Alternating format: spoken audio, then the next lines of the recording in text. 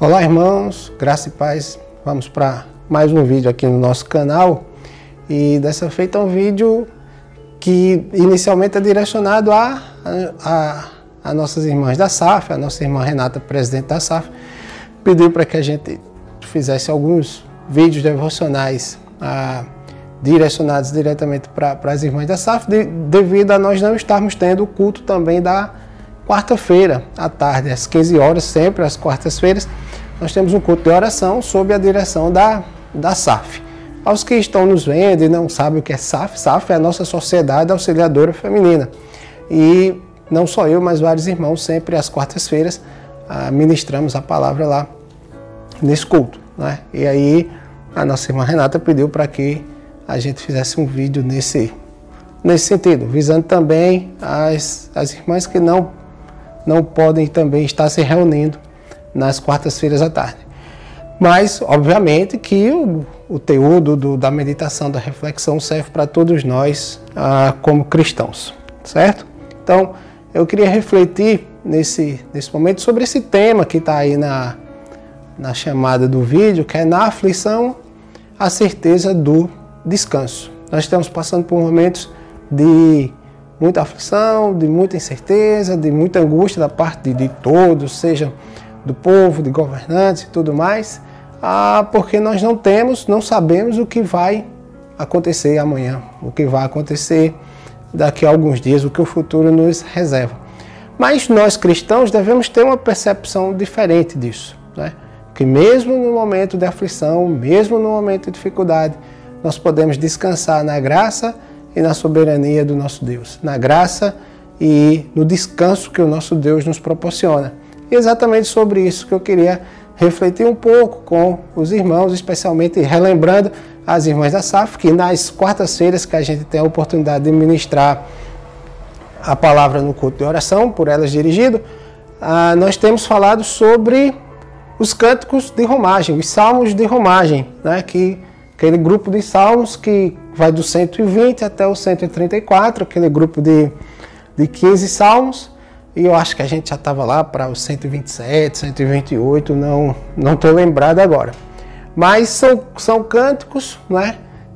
Que os nossos irmãos hebreus, eles cantavam na sua peregrinação, na sua romagem, quando eles iam dos mais variados lugares da terra, de Israel e de outros lugares, para Jerusalém, para ir ao templo, para sacrificar ao templo, para adorar ao Senhor. Então, esse grupo de cânticos, ele ficou assim denominado cânticos de romagem.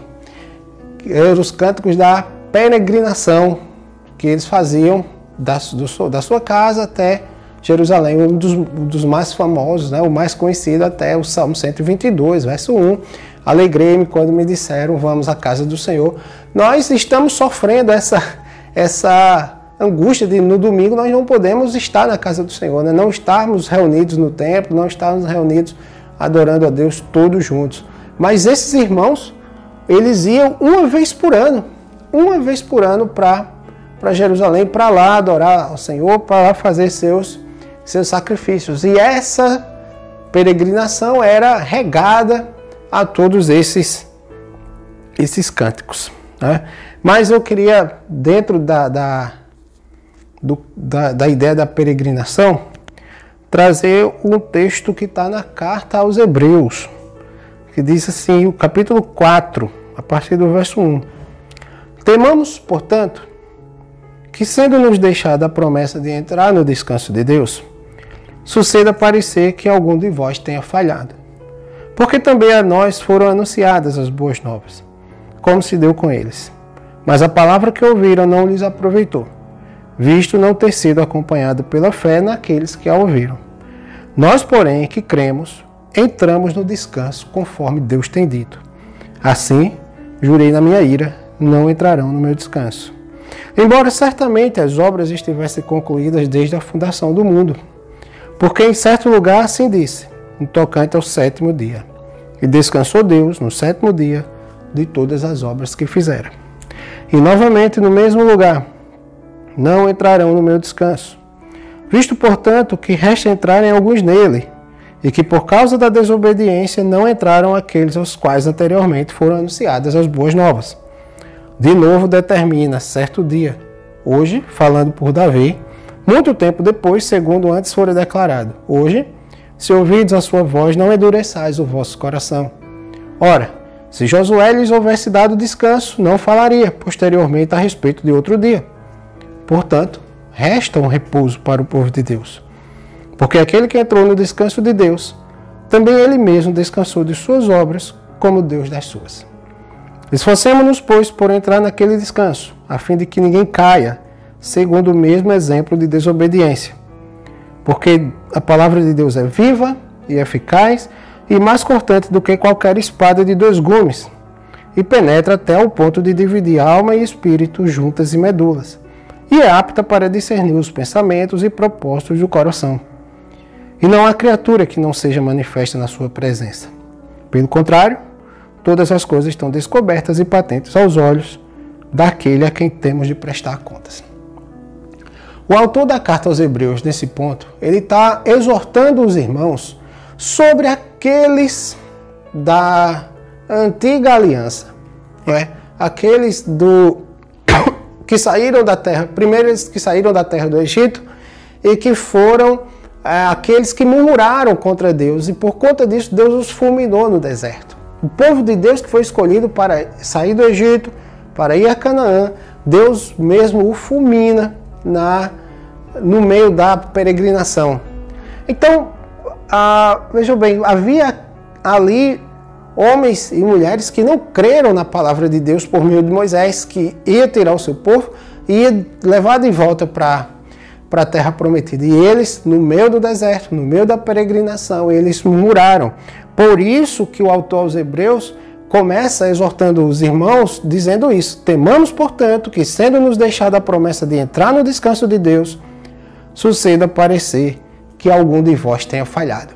Não é isso que ele quer, não, ele não quer dizer que algum de nós falhou ou que Deus falhou na sua promessa, mas há de se cumprir, de se chegar no descanso de Deus, essa promessa para todos aqueles que verdadeiramente são o povo de Deus. Nós vamos entrar no descanso de Deus. E aí nós temos um detalhe muito importante. Não é que nós vamos entrar no descanso de Deus. Nós já estamos no descanso de Deus. Por quê? Porque o descanso de Deus não repousa numa terra, não repousa em um lugar, não repousa em um espaço. O descanso de Deus trata-se do nosso Senhor Jesus Cristo. Mas sobre isso eu vou falar daqui a pouco. Vejam bem, a peregrinação do povo para Jerusalém, agora voltando para os Salmos de romagem, era uma peregrinação que reflete a nossa vida quando nós vamos adorar a Deus. Nós vamos na nossa vida adorando a Deus, nós vamos exaltando ao Senhor, nós vamos caminhando, agora não para Jerusalém, mas para o novo céu e para a nova terra, que é o mesmo significado lá do povo saindo do Egito e indo para Canaã. Deus liberta o seu povo e aí vai trilhando a caminhada até o novo céu e a nova terra. Chegando no templo, eles continuavam cantando: pararam os meus pés nas tuas portas, ó Jerusalém, e eles continuavam exaltando ao Senhor. Mas aí temos um detalhe muito interessante. Ele diz assim no verso 8: ora, se Josué lhes houvesse dado descanso, não falaria posteriormente a respeito de outro dia. Que outro dia é esse? É o que ele fala no verso 7, quando Davi, lá no Salmo 95, traz essa palavra: hoje, se ouvides a sua voz, não endureçais o vosso coração. A primeira coisa que ele diz para o povo no deserto: olha, não endureça o coração. E por conta disso, o pessoal tem endurecido o coração, tem murmurado, a ira de Deus se voltou contra eles. Mas um ponto específico aqui, meus irmãos, é o seguinte: se Josué não lhes deu descanso, é porque o verdadeiro descanso não está numa terra, não está num local geográfico, que na época se chamava Canaã, que era para onde o povo estava indo. Mas a verdade para a qual a terra de Canaã aponta, não é para o verdadeiro descanso onde o povo de Deus deve se deleitar, deve repousar. O verdadeiro descanso chama-se Jesus Cristo. E aí, a peregrinação do povo para Canaã, a peregrinação dos nossos irmãos das mais variadas regiões de Israel até Jerusalém para adorar no templo, a nossa peregrinação nessa vida, ela tem um descanso certo. O nome dele é Jesus Cristo. E isso deve nos animar ainda mais nesse momento de dificuldades, nesse momento, como a gente falou no início, de incertezas. Porque quando muitos não sabem para onde ir, quando muitos não sabem o que fazer, quando muitos estão agoniados, nós estamos, como cristãos verdadeiros, como verdadeiro povo de Deus, descansando no verdadeiro descanso de Deus, que se chama Jesus Cristo. Sabendo que a vontade dele para a nossa vida é boa, perfeita e agradável. Sabemos que a nossa peregrinação é feita de dificuldades, é feita de provas, de tentações. Não é? O povo foi provado no meio do deserto, o povo foi tentado no deserto. Não é? E não acontece diferente conosco. Nós somos provados, as dificuldades vêm, como pode vir individualmente, seja um problema de saúde que nos assole, um problema financeiro, seja esse problema que assola não só a nossa nação, mas todo o mundo, mas isso são as aflições que o nosso Senhor Jesus Cristo disse pelas quais nós passaríamos. E por isso nós precisamos descansar nele, descansar na palavra dele e nisso ter bom ânimo, porque ele venceu o mundo. Essas provações vão forjar o nosso caráter, vão transformar-nos a imagem de Jesus Cristo, porque Deus molda o seu povo por meio de grandes catástrofes como essa que nós estamos vendo. Deus disciplina o seu povo. E quando Deus disciplina o seu povo, a gente precisa fazer duas coisas: reconhecer que precisávamos ser disciplinados, confessar os nossos pecados e nos entregarmos de novo nas mãos do oleiro para que ele continue nos moldando. Não é? Certos de que toda a dificuldade que possa haver, assim como estavam os discípulos naquele barco e a tempestade levando tudo, e os discípulos reclamando lá, porque os discípulos estavam olhando para a tempestade e não olhando para quem estava no barco com eles. Então, quando nós olhamos firmemente para o autor e consumador da nossa fé, nós vamos perceber as dificuldades, não vamos negar, nós não vamos viver alienados, mas certos de que toda e qualquer ação na história está sob o controle de Deus. É permissão de Deus. E em primeiro lugar, ele deve estar tratando com o seu povo. Aos ímpios, ele destrói. Aos ímpios, ele pune. Ao seu povo, ele disciplina. Para ajustar o nosso coração, a nossa mente, a nossa fé, a nossa vida aos padrões de Jesus Cristo. E nós precisamos pensar nisso.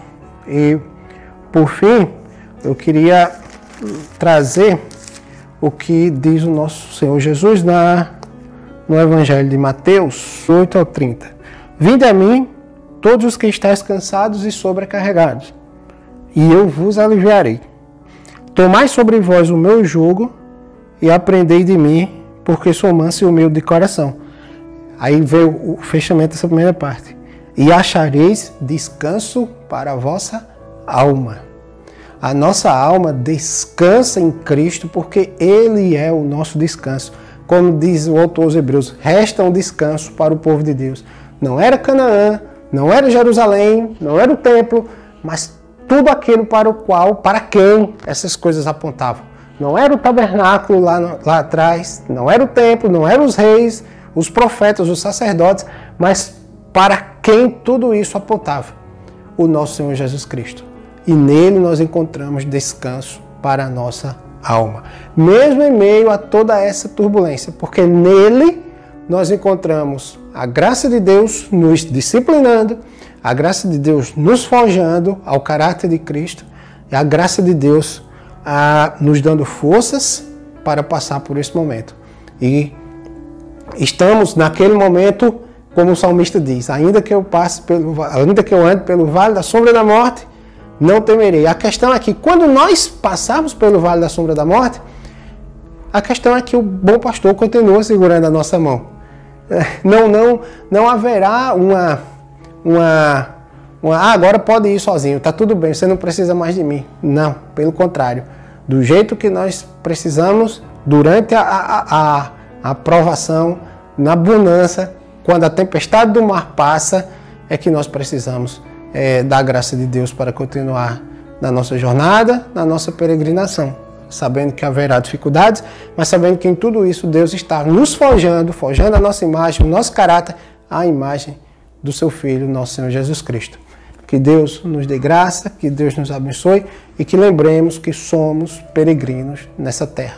Mas a nossa peregrinação terá fim, porque já foi posto um fim nela na cruz do Calvário.